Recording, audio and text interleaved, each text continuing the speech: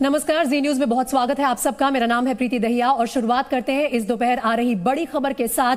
बागी विधायकों की याचिका पर सुप्रीम कोर्ट में सुनवाई हो रही थी और सभी पक्षों को अब कोर्ट ने नोटिस दिया है। याचिका के सभी पक्षकारों को नोटिस जारी किया गया है और साथ ही कोर्ट ने यह भी साफ कर दिया है कि 5 दिन में कोर्ट में हलफनामा दायर करना होगा। इस वक्त की बड़ी खबर आ रही है सुप्रीम कोर्ट से। शिंदे गुट की याचिका पर सुप्रीम कोर्ट में सुनवाई चल रही थी और अब कोर्ट ने सभी याचिकाकर्ताओं को नोटिस जारी कर दिया है और साथ ही कहा है कि 5 दिन में कोर्ट में अपना हलफनामा आपको दायर करना होगा।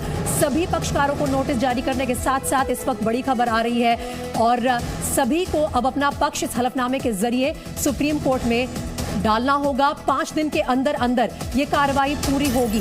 शिंदे गुट की याचिका पर आपको बता दें कि आज दोपहर की बड़ी खबर यही थी कि सुप्रीम कोर्ट में लगातार सुनवाई चल रही थी। कोर्ट ने सभी वकीलों को सुना। ध्यान से सुनने के बाद कार्रवाई ये हुई है कि सुप्रीम कोर्ट ने अब सारे पक्षकारों को नोटिस जारी कर दिया है और ये कहा है कि इस याचिका में जितने भी पक्षकार हैं उन सभी को 5 दिन के अंदर अंदर अपना हलफनामा दायर करना होगा। इस वक्त जो दलीलें पेश की जा रही थी सुप्रीम कोर्ट में, उसमें सबसे बड़ी बात ये कही गई अभिषेक मनु सिंघवी की तरफ से कि ये याचिका सुनने लायक नहीं है, लेकिन उसके बाद सभी पक्षकारों को सुनने के बाद, उनके वकीलों की दलीलों को सुनने के बाद अब सुप्रीम कोर्ट से बड़ी खबर यही है कि सभी पक्षों को नोटिस जारी कर दिया गया है। मेरे सहयोगी राजू राज हमारे साथ सुप्रीम कोर्ट से लाइव जुड़ रहे हैं। लगातार सुबह से राजू नजर बनाकर रखे हुए हैं कि क्या कार्रवाई हो रही है सुप्रीम कोर्ट में। सबसे पहले राजू राज आपसे ये जानना चाहेंगे कि इस नोटिस के जारी होने का पहले तो डिटेल्स क्या है, क्या कुछ कहा गया है और अब आगे की क्या कार्रवाई होगी।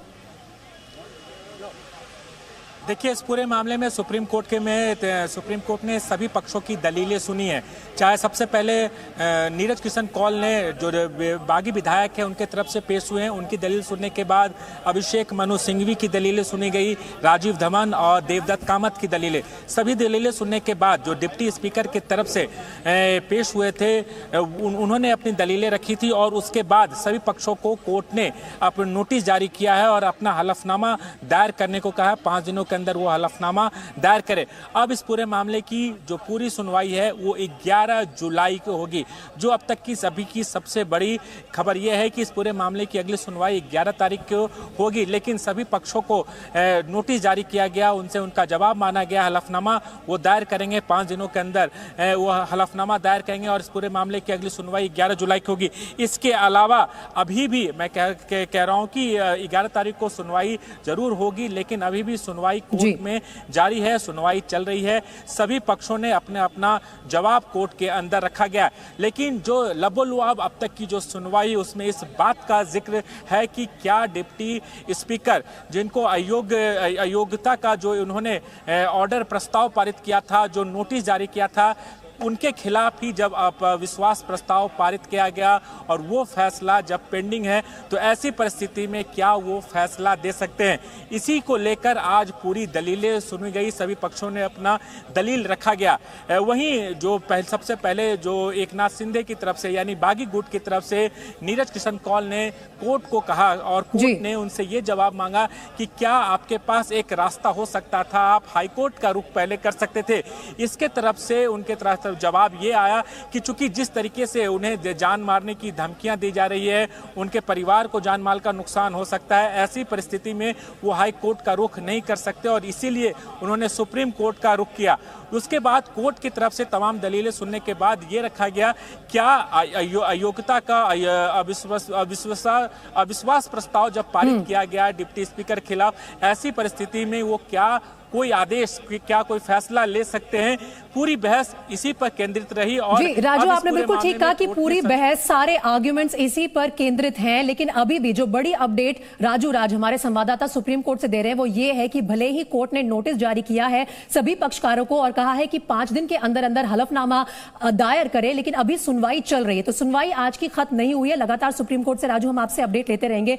विशाल पांडे का रुख कर लेते हैं जो बीजेपी हेडक्वार्टर्स में है मुंबई में। विशाल, एक तरफ तरफ ये सुप्रीम कोर्ट की कार्रवाई है और जो भी लीगल प्रोसीडिंग्स होती हैं उनमें समय अपना लगता है, इसके बावजूद अब पॉलिटिकल कार्रवाई किस तरह से आगे बढ़ेगी? क्योंकि आज की जो सारी दलीलें थी, हमने देखा कि सभी पक्षकार जो है, सभी वकील है, नामी गिरामी वकील आज कोर्ट रूम में मौजूद है, अपना पक्ष पुरजोर तरीके से सामने रख रहे हैं। इसमें बीजेपी अपने आप को कहां खड़ा पाती है? हालांकि कोर्ट की प्रोसीडिंग्स में उनका कोई हाथ नहीं है, लेकिन इसके अलावा पॉलिटिकल प्रोसीडिंग्स पर अब उनकी नजर रहेगी। देखिए प्रीति, बिल्कुल, क्योंकि जो पॉलिटिकल एक्शन है वो पूरी तरह से सुप्रीम कोर्ट के द्वारा दिए गए आदेश पर ही निर्भर होगा। राजनीतिक दल अभी फिलहाल चुप्पी साधे हुए इस पूरे मामले पर, बीजेपी इस पूरे ही सियासी घटनाक्रम पर खुलकर कभी भी सामने नहीं आ रही है और बीजेपी नेताओं का बार बार ये कहना है कि ये शिवसेना का अंदरूनी मामला है, इससे उनका कोई लेना देना नहीं है। लेकिन सुप्रीम कोर्ट आज जो अभी पूरी सुनवाई चल ही रही है उसमें दो चीजों पर बहुत ज्यादा ध्यान देना होगा, क्योंकि 11 जुलाई अगली सुनवाई की तारीख रखी गई है। 5 दिनों में हलफनामा दायर करने के लिए सभी पक्षों को कहा गया है। लेकिन क्या जो नोटिस भेजे गए हैं विधायकों को अयोग्य घोषित करने वाले, क्या उस कार्रवाई पर रोक लगेगी या वो कार्रवाई करने के लिए डिप्टी स्पीकर स्वतंत्र होंगे? इस पर फिलहाल जो वकील हैं वहां पर इस पूरे मुद्दे पर बहस भी कर रहे हैं, तमाम चीजें सामने रख रहे हैं और इसी पर आगे की जो कार्रवाई होगी वो सब कुछ इसी पर निर्भर करेगी कि जो विधायक गुवाहाटी में है वो मुंबई कब पहुंचेंगे या फिर राजनीतिक दल इस पर अपना अगला रुख क्या अपनाने वाले हैं। थोड़ा और इंतजार करना होगा, जब सुप्रीम कोर्ट के इस सुनवाई के बाद कुछ जाकर क्लैरिटी मिल पाएगी कि क्या डिप्टी स्पीकर अभी फैसला ले पाएंगे या नहीं ले पाएंगे। प्रीति, लेकिन इस चीज पर क्लैरिफिकेशन एक बार सुप्रीम कोर्ट से ले लेते हैं। राजू, सुप्रीम कोर्ट में ये जो 5 दिन का अब समय है, जब तक हलफनामा दायर करेंगे सभी पक्ष अपना, तब तक क्या डिप्टी स्पीकर अयोग्यता को लेकर कोई फैसला ले सकते हैं या सुप्रीम कोर्ट ने क्लियर कर दिया कि ऐसा नहीं हो पाएगा?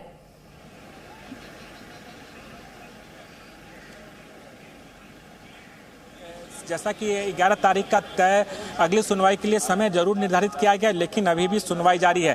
अब चूंकि सवाल इस बात का है कि जो डिप्टी स्पीकर ने जो आदेश दिया था 16 विधायक को उनका योग्यता को लेकर, आज 5 बजे तक का उनके पास वक्त था, क्या उसको लेकर अभी क्लैरिटी नहीं है? कुछ देर के बाद वो भी तस्वीर साफ हो पाएगी, क्योंकि अभी भी सुप्रीम कोर्ट के अंदर सुनवाई जारी है। 11 तारीख का जरूर वक्त दिया गया अगली सुनवाई के लिए, 5 दिन का वक्त दिया गया हलफनामा दायर करने के लिए। यानी आज के बाद 5 दिनों के अंदर सभी पक्षों को, चाहे वो डिप्टी स्पीकर की तरफ से हो या फिर अजय चौधरी का जो विधायक दल के नेता अजय चौधरी को चुना गया उनके तरफ से हो, तमाम जितने भी पक्ष को इस पूरे मामले में याचिका में वादी पक्ष बनाया गया था, उन तमाम पक्षों से इस पूरे मामले में हलफनामा दायर करने के लिए सुप्रीम कोर्ट ने 5 दिन का वक्त दिया गया। अगली सुनवाई के लिए 11 तारीख का समय निर्धारित किया गया, लेकिन अभी इस बात का क्लैरिटी नहीं हो पाई है सुप्रीम कोर्ट की तरफ से, क्योंकि सुनवाई अभी भी जारी है कि क्या डिप्टी स्पीकर ने जो आदेश दिया था, जो वक्त आज शाम 5 बजे तक का है, क्या उन्हें अयोग्य घोषित करने का जो आदेश है, क्या उस पर कार्रवाई होती है नहीं? अभी कुछ देर में साफ हो पाएगा कि उस पूरे मामले में सुप्रीम कोर्ट का क्या रुख रहता, क्या सुप्रीम कोर्ट उसके लिए फिलहाल तमाम आदेश को पर रोक लगाती है या फिर जो डिप्टी स्पीकर की तरफ से जो आदेश दिया गया था वो लागू होता है। कुछ देर के अंदर ये तस्वीर भी साफ हो पाएगी कि इस पर सुप्रीम कोर्ट का क्या रुख रहा है। जी, हमारे संवाददाता राजू राज सुप्रीम कोर्ट से लगातार ये अपडेट्स हमें दे रहे हैं और सबसे बड़ा सवाल, विशाल, अगर मैं एक बार फिर से आपके पास लौट कर आऊं तो यही है इस वक्त कि डिप्टी स्पीकर की कार्रवाई पर उन्होंने जो नोटिस जारी किया था, उन्होंने जो डेडलाइन रखी थी, अब उसका क्या होगा? और उसके बाद ही जो तमाम परम्यूटेशन कॉम्बिनेशन बन रहे हैं, चाहे वो बीजेपी की तरफ से हो, चाहे वो शिवसेना की तरफ से हो या फिर महाविकास अघाड़ी की पूरी तरह से हो, वो तय हो पाएंगे कि जो अयोग्यता के ऊपर निर्देश थे उनका क्या होगा? देखिए, बिल्कुल सबसे बड़ा सवाल यही है और इसी सवाल के जवाब का इंतजार हर कोई कर रहा है कि क्या डिप्टी स्पीकर ने जो नोटिस जारी किया था, जिसका समय आज शाम 5:30 बजे तक है, जवाब देने को लेकर, विधायकों को अयोग्य घोषित करने को लेकर, क्या उस पर रोक लगेगी या नहीं लगेगी? अगर रोक नहीं लगती है तो फिर 16 विधायकों को अयोग्य घोषित करने की तरफ डिप्टी स्पीकर आगे बढ़ सकते हैं, उस कार्रवाई को आगे बढ़ा सकते हैं। लेकिन अगर कहीं 11 जुलाई तक जैसा अगली जो तारीख तय हुई है उस पर रोक लग जाती है, तब डिप्टी स्पीकर कोई फैसला इस पूरे मामले में नहीं कर पाएंगे। लेकिन बहुत तकनीकी और कानूनी पहलू इस पूरे मामले में निकलकर सामने आएंगे, क्योंकि जो शिंदे गुट के विधायक हैं उन्होंने कोर्ट में दायर हलफनामे में इस बात को भी लिखा है कि 38 विधायकों ने महाविकास अघाड़ी से अपना समर्थन वापस ले लिया है और ऐसी स्थिति में जो उद्धव ठाकरे की सरकार है वो फिर अल्पमत में आ जाएगी। अब देखना यह होगा कि थोड़ी देर में जब सुनवाई खत्म होती है उसके बाद क्या तस्वीर निकलकर सामने आती है, क्योंकि इसके बाद फिर जो शिंदे ग्रुप के विधायक होंगे या एकनाथ शिंदे, उनके पास राज्यपाल के पास जाने का भी रास्ता खुला रह सकता है, क्योंकि यहां पर बात अल्पमत की आ जाएगी कि सरकार के पास समर्थन नहीं बचा है। ऐसी स्थिति में राज्यपाल इस पूरे मामले पर कोई फैसला ले सकते हैं। लेकिन अगर आप स्पीकर की बात करेंगी तो इसके लिए थोड़ा हमें इंतजार करना होगा कि सुप्रीम कोर्ट की तरफ से क्या गाइडलाइंस तय की जाती हैं। अभी फिलहाल अगली सुनवाई तक के लिए कि क्या यहां पर डिप्टी स्पीकर फैसला लेने के लिए स्वतंत्र रहेंगे या नहीं रहेंगे, ये कार्यवाही चलती रहेगी या नहीं चलती रहेगी, या जब तक हलफनामा दायर नहीं हो जाता है सभी पक्षकारों की तरफ से या उस हलफनामे पर दोबारा जवाब नहीं दाखिल हो जाता है, तब तक इस पूरे मामले की कार्यवाही आगे नहीं बढ़ सकेगी। ये अभी थोड़ा हमें इंतजार करना होगा कि इसमें सुप्रीम कोर्ट से क्या कुछ निकलकर सामने आ रहा है। प्रीति जी बिल्कुल। और राजू, एक बात बताइए कि ये जो जब कोर्ट ने नोटिस जारी किया कि आप अपना हलफनामा दायर कीजिए, सभी पक्षों का जो पूरी तरह से कहना है, जितने भी उनकी आर्ग्यूमेंट्स हैं, उनकी दलीलें हैं, हम डिटेल्स में जानना चाहते हैं, ये तब हुआ जब डिप्टी स्पीकर को हटाए जाने के प्रस्ताव पर यह सवाल खड़ा किया गया कि वो रजिस्टर्ड ईमेल आईडी से नहीं आया था। वो सारा जो एक दलीलें पेश की गई हैं सुप्रीम कोर्ट में आज, उनके बारे में ज्यादा जानकारी दीजिए हमें। देखिए, कहीं ना कहीं जो डिप्टी स्पीकर की तरफ से अविश्वास प्रस्ताव के बारे में जो चर्चा गई कि उनके खिलाफ अविश्वास प्रस्ताव लाया गया, वो आदेश पेंडिंग है। इसे लेकर पूरा बहस चला और इसी को लेकर कहीं ना कहीं इस बात की तरफ से कोर्ट में रखा गया कि क्या वो विधानसभा ऑफिस की तरफ से रजिस्टर्ड मेल के जरिए भेजा गया था, नहीं। इसी बात को लेकर चूंकि डिप्टी स्पीकर की तरफ से भी उनका पक्ष आना चाहिए था, इसलिए सभी पक्षों को नोटिस जारी कर उनसे उनका जवाब मांगा गया। दूसरी तरफ देवदत्त कामत भी इस बात का जिक्र कह रहे हैं, जो बात अभिषेक मनु सिंघवी ने कोर्ट में रखा था कि जो प्रक्रिया है कि जो डिप्टी स्पीकर या स्पीकर का जो कार्रवाई होती है उसमें कोर्ट दखल नहीं देता है। यानी देवदत्त कामत की तरफ से भी अभी जो सुनवाई चल रही है उसमें भी इस बात का जिक्र कहा जा रहा है कि जो प्रक्रिया, जो डिप्टी स्पीकर ने जो कार्रवाई की है उसमें कोर्ट दखल नहीं दे सकता है। कहीं ना कहीं संविधान के अनुच्छेद 212 का हवाला देते हुए अभिषेक मनु सिंघवी ने कोर्ट में इस बात का जिक्र किया। वही बात अभी देवदत्त कामत कोर्ट के अंदर रख रहे हैं कि डिप्टी स्पीकर का जो काम है उसको कोर्ट उसमें दखल नहीं देता। अब देखना होगा कि जो जिन विधायकों को अयोग्य घोषित करने का नोटिस जारी किया गया था, आज 5:30 बजे तक के अंदर उनको उनका जवाब दाखिल करना है। क्या उस पूरे मामले में कोर्ट का क्या रुख होता है, कोर्ट क्या आदेश जारी करता है, क्या उस आदेश को, उस जो ऑर्डर किया गया था डिप्टी स्पीकर की तरफ से, क्या उस पर फिलहाल रोक लगाया जा सकता है, या फिर जब इस पूरे मामले में अगली सुनवाई होगी उस दिन इस पूरे मामले की भी सुनवाई होगी। अभी कुछ इसी मसले पर कोर्ट के अंदर बहस चल रहा है और इसी बात को अभिषेक मनु सिंघवी भी कोर्ट में रख रहे हैं। राजीव धवन की बात भी रख रहे हैं कि डिप्टी स्पीकर की जो कार्रवाई जो की गई है उसमें कोर्ट अब तक जो कोर्ट की प्रक्रिया चली है, जो सुप्रीम कोर्ट का आदेश अब तक तमाम मामलों को लेकर हुआ, उसमें कोर्ट कभी भी स्पीकर या डिप्टी स्पीकर के द्वारा जो कार्रवाई की गई है, जो काम होता है उसमें वो दखल नहीं देती है। तो ऐसे मामले में क्या इस पूरे मामले में सुप्रीम कोर्ट का जो दखल दे सकती है या नहीं, इस पर अभी बहस सुप्रीम कोर्ट के अंदर चल रही है। जी बिल्कुल राजू, कई सारे पेचीदा पॉइंट ऐसे हैं जिन पर सुप्रीम कोर्ट में अभी भी बहस जारी है।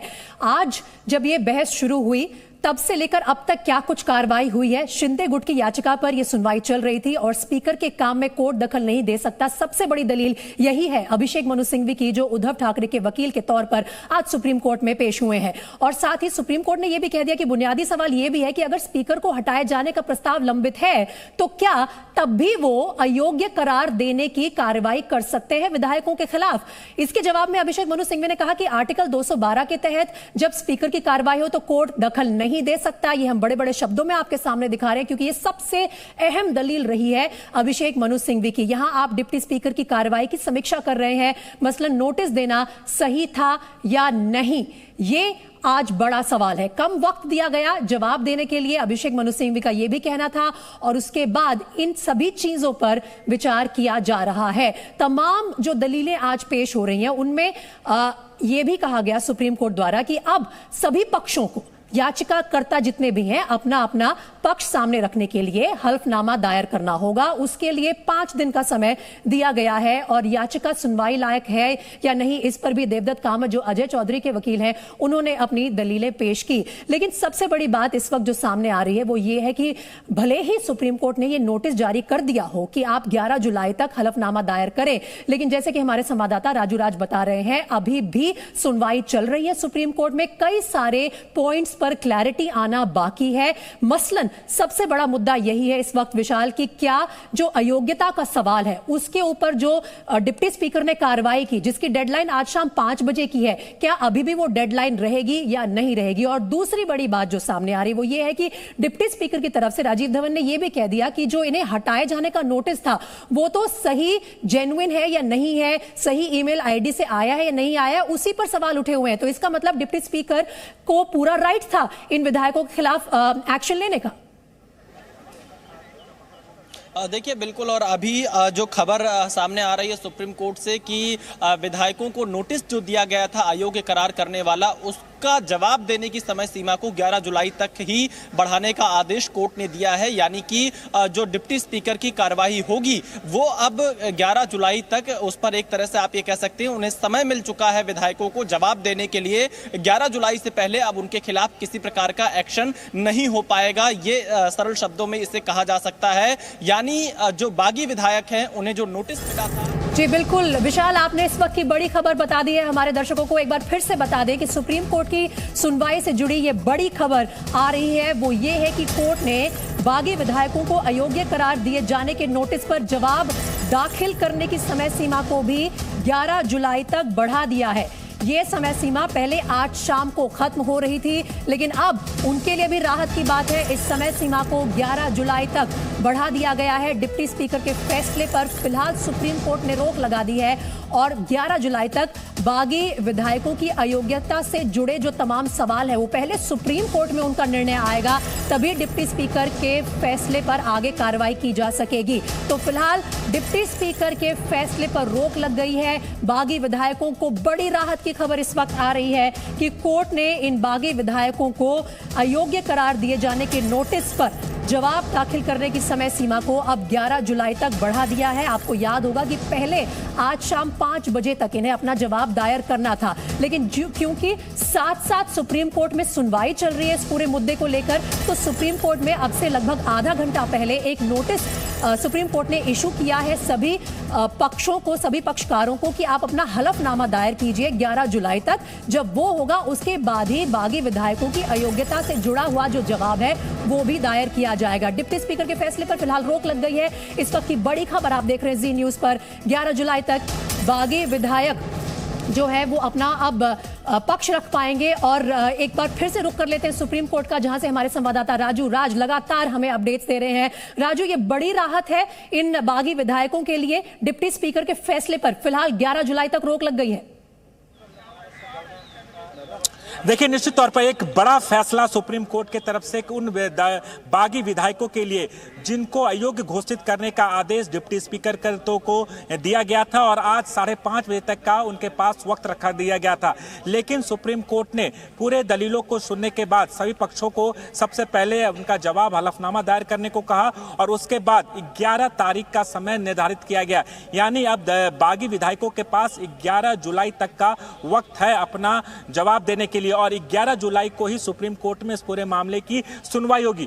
दूसरी सबसे महत्वपूर्ण बात, जो कोर्ट का आदेश दिया गया था, जो भी बागी विधायक है उनके परिजनों और उनकी संपत्तियों को सुरक्षा मुहैया कराना, ये एक बड़ा आदेश कह सकते हैं। सुप्रीम कोर्ट की तरफ से ये आदेश दिया गया है क्योंकि लगातार ये बागी विधायक इस बात का जिक्र कर रहे थे, सुरक्षा का हवाला दे रहे थे कि उनके और उनके परिवारों का जान माल का नुकसान है, उनके ऑफिस दफ्तरों में तोड़फोड़ किए जा रहे हैं। इसी बात को लेकर सुप्रीम कोर्ट ने कहा है कि जितने भी बागी विधायक हैं उनके सुरक्षा की जिम्मेदारी इस सरकार के पास होगी। राज्य सरकार उन्हें सुरक्षा मुहैया कराया जाए, चाहे उनके परिजन हो या फिर उनकी जहां पर संपत्ति हो, ऑफिस है, दफ्तर हो या घर हो, उनकी सुरक्षा मुहैया कराने की जिम्मेदारी कोर्ट की तरफ से यह आदेश दिया गया है। और जो वक्त दिया गया एक बड़ी राहत है उन बागी विधायकों के लिए जिनके पास आज 5:30 बजे तक का वक्त दिया गया था, क्योंकि उनके अयोग्यता को लेकर डिप्टी स्पीकर ने उन्हें नोटिस जारी करके जवाब मांगा था। उसी को लेकर याचिका लगाई गई और याचिका की सुनवाई करते हुए उन्हें 11 जुलाई तक का वक्त दिया गया है। 11 जुलाई तक वो अपना जवाब दे सकते हैं डिप्टी स्पीकर को। इसी बीच तमाम इस पूरे मामले में चाहे डिप्टी स्पीकर पक्षकार हों या फिर नेता जो विधायक दल के नेता अजय चौधरी हों, तमाम को इस बात को लेकर उन्हें जवाब दाखिल करना है 11 जुलाई तक और 5 दिन का उनको समय दिया गया है हलफनामा दायर करने की। और अब पूरे मामले की सुनवाई 11 जुलाई की होगी। और दो बड़ी खबरें इस वक्त जो आ रही हैं सुप्रीम कोर्ट से, वो सबसे पहले हमने आपको जी न्यूज पर बताई है। डिप्टी स्पीकर के फैसले पर फिलहाल 11 जुलाई तक के लिए रोक लग गई है, क्योंकि 11 जुलाई ही वो डेडलाइन है जो आज सुप्रीम कोर्ट ने अपने नोटिस में सभी पक्षों को दी है हलफनामा दायर करने के लिए। और दूसरी बड़ी खबर यह है, सुप्रीम कोर्ट ने यह भी कह दिया है कि इन सभी विधायकों के परिवार को सुरक्षा दी जाए, इन विधायकों को इनकी संपत्ति को सुरक्षित रखा जाए, क्योंकि इनका सबसे बड़ा डर यह था कि अगर ये मुंबई वापस लौटेंगे, महाराष्ट्र वापस लौटेंगे तो इनको जान माल का खतरा है। तो इन दोनों चीजों का संज्ञान लिया है आज सुप्रीम कोर्ट ने और ये दो बड़ी बातें अब सामने आ रही हैं इस पूरी सुनवाई से। पहली बात, सबसे बड़ी खबर यह कि 11 जुलाई तक की राहत मिल गई है सभी बागी विधायकों को, क्योंकि आज इनकी अयोग्यता पर शाम 5:30 बजे तक की डेडलाइन सेट की थी डिप्टी स्पीकर ने, लेकिन अब उसे आगे बढ़ाकर 11 जुलाई तक कर दिया गया है। और दूसरी बड़ी खबर यह है, सुप्रीम कोर्ट ने जो चिंता इन विधायकों की थी कि उनकी जान माल को नुकसान हो सकता है, उसको भी ध्यान में रखा है और सुरक्षा देने के निर्देश दिए हैं। Presenting B News app available on Google Play and App Store. Download it now.